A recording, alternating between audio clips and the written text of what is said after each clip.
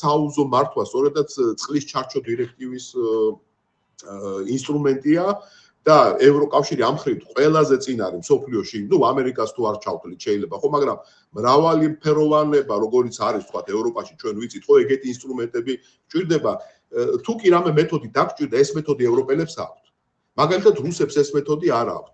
მე გეტყვით ერთი შემილია რომ გამოვიტანო აფხაზებთან ეს ჰუმანური ურთიერთობის ასე ვთქვათ შეხვედრაზე ვიყავი თითქმის უკვე 7-8 წელია გასული იმის შემდეგ ხან ბრიტანეთში იყო და ხან გერმანიაში ეს შეხვედრა და ერთ-ერთი რაც ჩვენ შევთავაზეთ მათ იყო რომ ხომ არ გნებავთ დაგეგმვაზე ვიფიქროთ აუზების, იმიტომ რომ ენგურის თემა ინტერესებდა ძალიან თვლიან რომ რაღაც დიდი პრობლემა აქვს არ ვცქვემოთ თავის ხელოვნურ წყალსაცავზე, გალის წყალსაცავზე გონიათ რომ რაღაცა ტრაგიკული ხდება, რაც სინამდვილეში არ არის ალბათ, მაგრამ ყოველ შემთხვევაში რადგან აინტერესებთ, ამიტომ შევთავაზეთ ესეთი კითხვა, რომ იქნებ წყლის ჩარჩო დირექტივის მეთოდოლოგიით გავაკეთოთ ეს.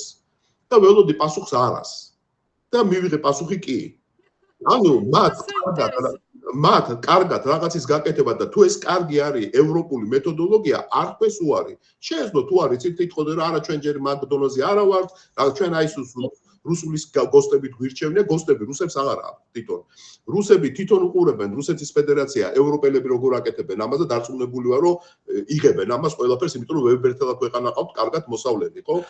ამიტომ ძალიან კარგი პასუხი იყო და ეს არის ალბათ ჩვენი გზა, ხო? უნდა ვიაროთ ევროპისკენ, გამოვიყენოთ ევროპული ინსტრუმენტები, რომც ვერ მოვახერხოთ, ხო, თქვათ, არ ვიცი, წევრობა და ეს დიდხანს გაგრძელდეს, ხო? არაფერი არ გვიდგას, რომ კარგი კანონები მივიღოთ. აგერა გვაქვს ერთი მშვენიერი კანონი მიღებული